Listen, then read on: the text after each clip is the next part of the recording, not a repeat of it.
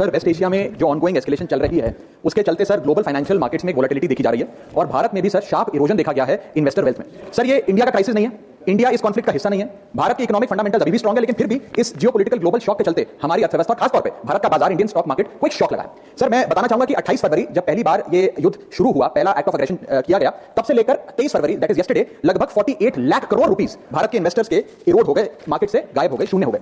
एफपीआईज ने 52,000 करोड़ रुपए 1 मार्च से लेकर 15 मार्च के भीतर भारतीय बाजार से निकाल लिया, रुपया 94 पहुंच गया। ये तमाम चीजें रूटीन करेक्शन नहीं है सर, ये कॉन्फ्लिक्ट ड्रिवन शॉक है।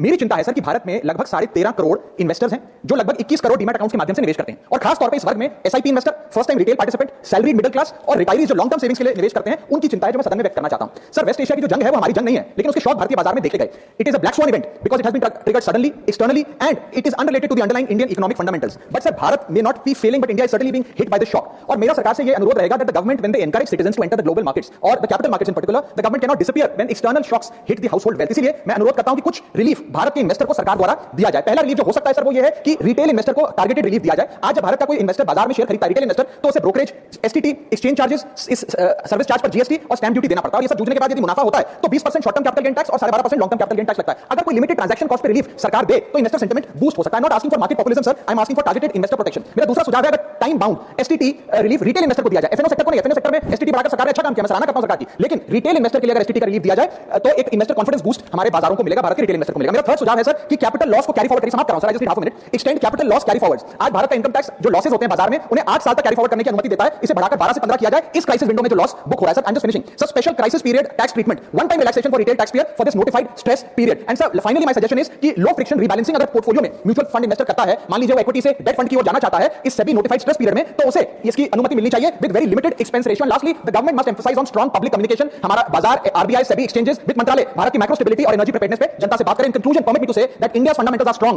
What needs strengthening is the policy shield that surrounds our investors, because this is not a war but our investors are paying the price. Thank you.